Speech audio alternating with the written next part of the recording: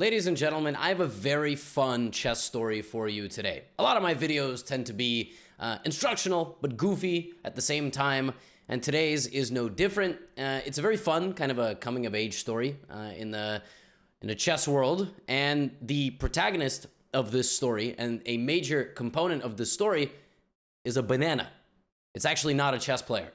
Now, you probably clicked on the video because the thumbnail was interesting, right? Maybe the title was interesting. What the heck does a banana have to do with chess? Well, I'm about to tell you. I saved this game from the recently concluded United States Chess Championship, and our two players involved are Sam Shankland, who is one of the top grandmasters in the United States, and Christopher Yu, who is one of the fastest rising grandmasters in the United States, about 15, 16 years old, an arch rival of mine. We played like 7 or 8 games against each other over the last year. We're no longer rivals. He would destroy me. And this story all begins with this quote. I'm going to read you this quote that Sam Shankland said before this game, or actually he said it after the game. He said, "I've worked with him quite a bit, actually." This is about Chris Yu. "I'm not his main trainer or anything. We only work a little bit. But I remember, I think it was in 2015 or something, that someone asked me, can an 8-year-old kid join your adult class at the Berkeley Chess School? And that was the first time I met Christopher. And actually, I felt really bad. But I made some comments about his banana looking really rotten, and he started crying. And I felt really bad, but ever since then, it's been a tremendous delight to watch him grow, and it's been a huge privilege to spend time with him and work with him. And I cut it off here, and he's just, because at the end, there's a sentence there. He says he's gotten very strong, and then there's a little bit of a spoiler, so we're not going to talk about the spoiler. But yeah, Sam Shankland, very, respectable man, had him on the podcast, super nice guy, made a child cry. All right, by making fun of his rotten banana. This is like an anime plotline. Christopher Yu comes back double his lifetime later in the most prestigious tournament that he could be playing in his country. Chris Yu is now 2560. He's much lower rated than Sam Shankland, but is the skill gap there? And did Chris Yu show up to this game holding a banana, or maybe 2 bananas? Did he point them?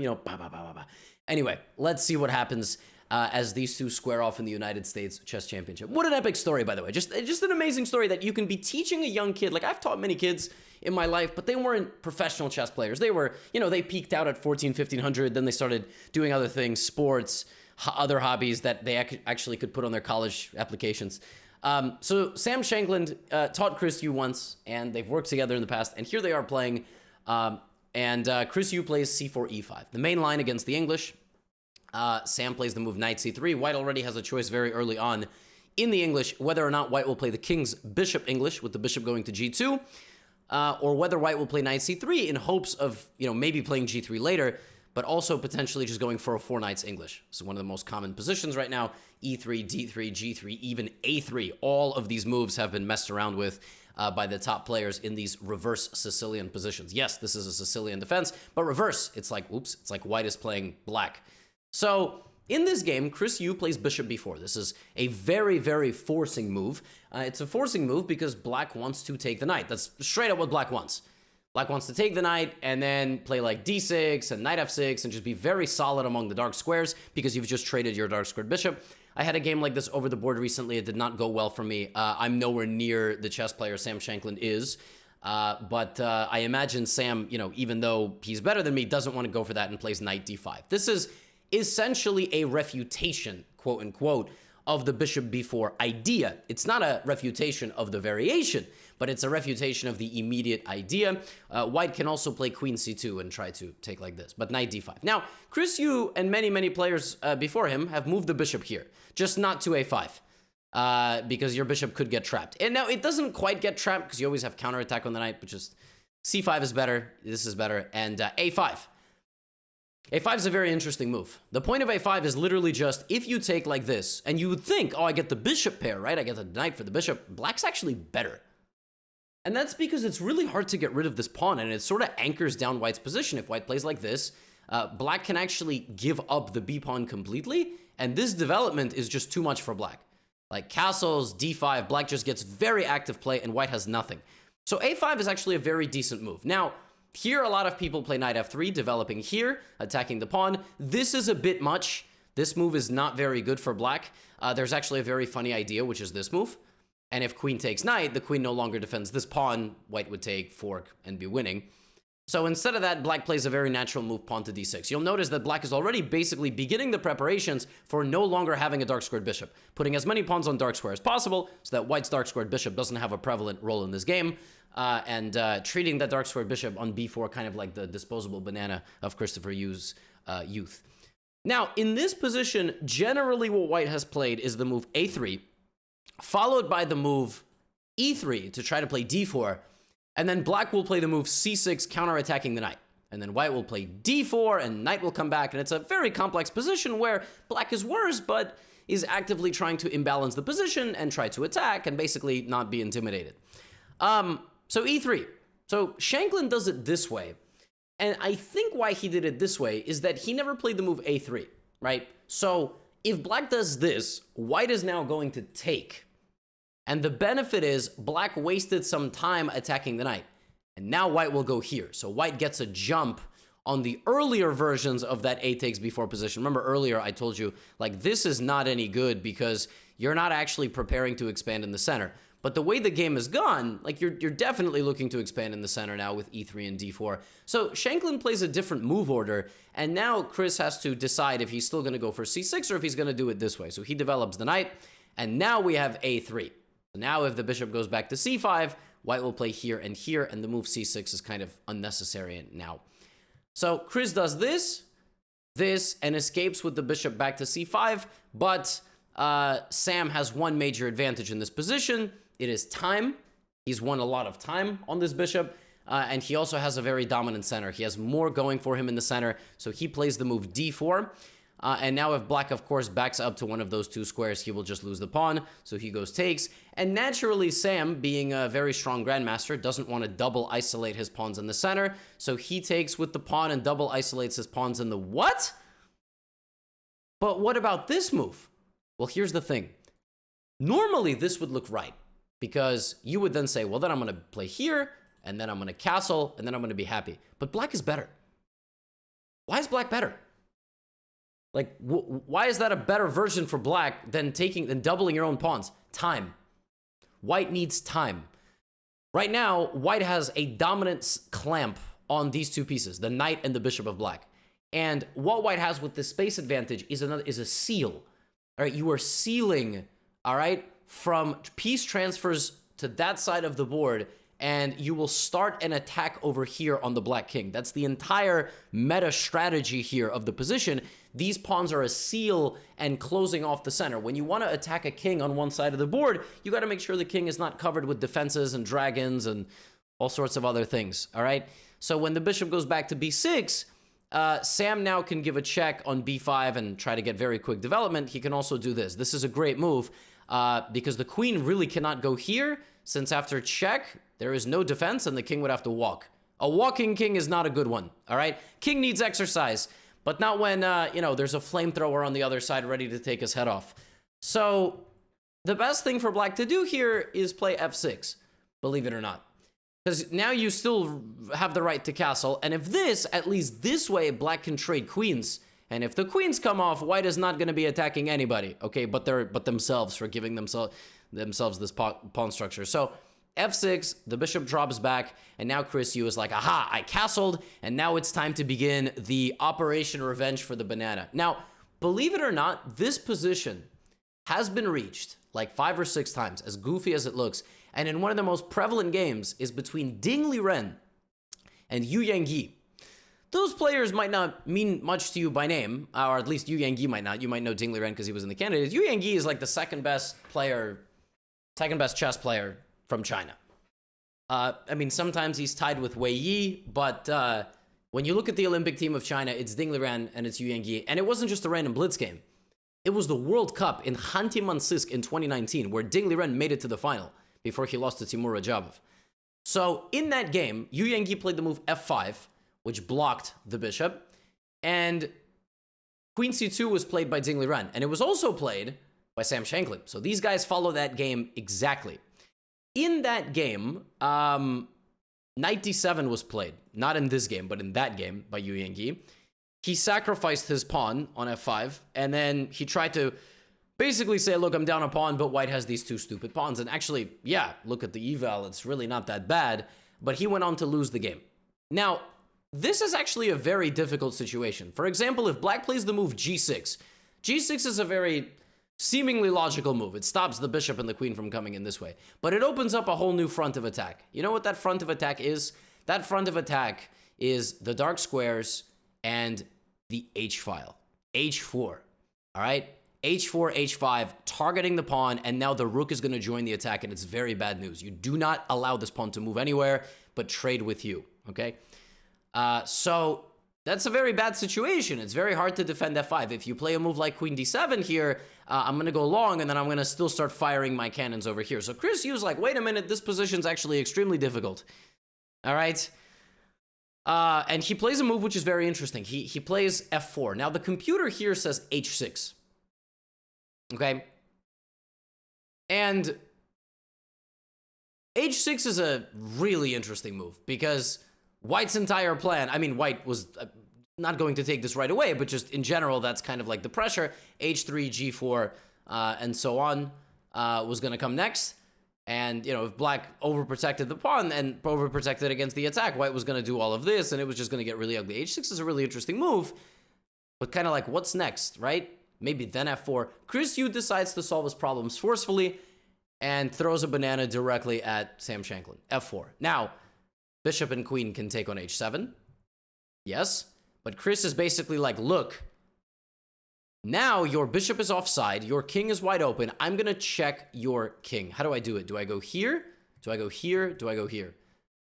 Now, white's next move is king f1. Just so you're aware, that's going to be white's next move. White is going to hide his king there, where the king is completely safe from all attacks, and then the rook is actually going to go to the e-file. So what is the difference between queen e7 and queen e8? So queen e8 is the top engine move, and I think it's because the queen can go to h5. So here, here, here, queen h5 attacking the bishop and pressuring this. And also hitting d5. Chris Yu plays queen e7. As you can see, the computer is not a huge fan, because after king f1, and the same exact idea, the queen does not make it to the green square. It is impossible. The queen cannot move like that. The queen is not a kangaroo. Welcome to Gotham Chess Recaps. Hasn't it been a while since I've said that? Oh my goodness. When was the last time I said that in a video? You know, the craziest part is, one of you is definitely going to find that out. You're going to like go back, try to like track it. I don't know. I don't know when the last time I said that was. We've had like running jokes on this channel. We have like some jokes like danger levels or whatever that I try to say, you know, in a lot of videos, but a lot of things got retired. I used to say a lot of different anecdotes and stories, and we kind of go in phases. Like right now, beads is a very common thing. So queen f6, and Sam is basically like, look, Chris, you're very good, but you're worse when you're down a pawn, and you're also worse when your pieces are sealed off from the game. h4. This is activating a rook without actually moving it. h5 and h6 is on the way, as well as anchoring the knight to g5. Right? Chris plays knight d7, logical move, looking to bring his rook, looking to move his queen, looking to go here. The queen really should have been on h5, and now h5. And we are seeing that this idea is on the way. Once that idea arrives, something is going to happen with this pawn. We might also go bishop out first, and then play h6. We also have various knight and knight ideas, which is like almost made.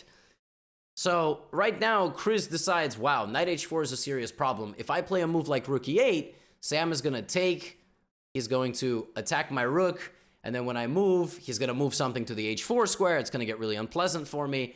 Not to mention, look at this amazing idea, bishop f3, there's rook takes f4, which hits the queen and the bishop. So Chris is like, all right, I'm going to get rid of the knight, all right? Without the knight, white can now not move anything to h4. And also, white has the dumbest pawn structure of all time.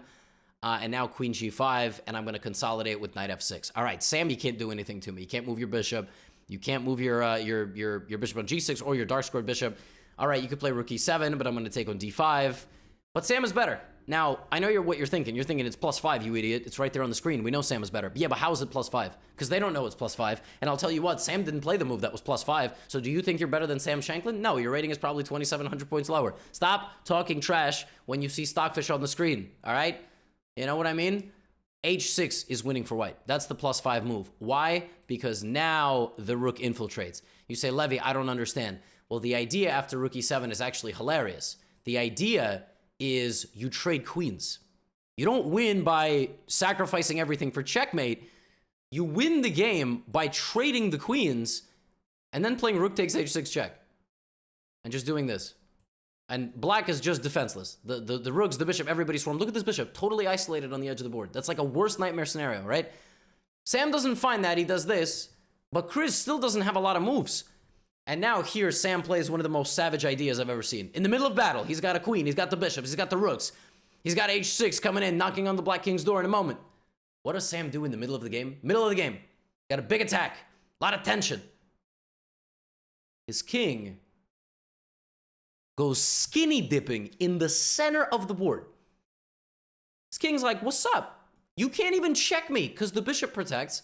I'm going to walk my king over here if I need to. I might not even need to. I just want to go I just want to go rook e to g1. And once I remove your queen, I'm going to go h6. Like the threat is h6, take, and then probably trap the queen. Like this. So what does the queen do? It dips back to h6. Now white can't play h6, but that queen's in jail. And yeah, I mean, the black queen is just completely captured. It's got just absolutely no moves. Chris wins his pawn back. Chris is now no longer down a pawn. He kicks the knight back to e7, and the king keeps walking. Just middle of the board, no stress, walks the king out of the center. Rook a5. Oh my goodness, look at Chris coming in. Rook g5, rook h5. Various stuff on the way. Now a very nasty move, d5. Cutting the circulation of the black position. The rook now has no more access. The knight now has no more access to the center. If black tries to play a move like c6, that actually probably does more harm than good in many positions. I can always take and go here, but I'll go here. I will hit the knight, and then I will just get into the black position. Black is defenseless. All the pieces are scattered. The queen is literally captured on the edge of the board. Knight back to g8. Bishop back to c2, setting up rook g6 and the execution of the queen. If you defend against that, another very savage move here. Queen f1. Do you know what the move queen f1 sets up? Rook g6 again. Why? Because after this has defense. And the queen x-ray to the king. A move ago, you couldn't play that move. You couldn't go here because you would simply lose your rook. But the other thing about queen f1, what a beautiful move. Top engine move, by the way. Defends this and threatens rook g6 as the queen is shish kebab to the king in the corner. Beautiful move by Sam. Backwards move to f1, and now rook g6, bc. Chris sacrifices. By the way.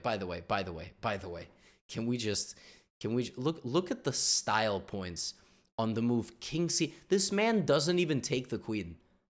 He doesn't even take the queen. He gets out of the checks, and now Chris forces him to take the queen. Now, by the way, Sam could have not done it. He could have gone here. But he finally takes the queen. He goes here, brings in his queen, and that's it. The game is over.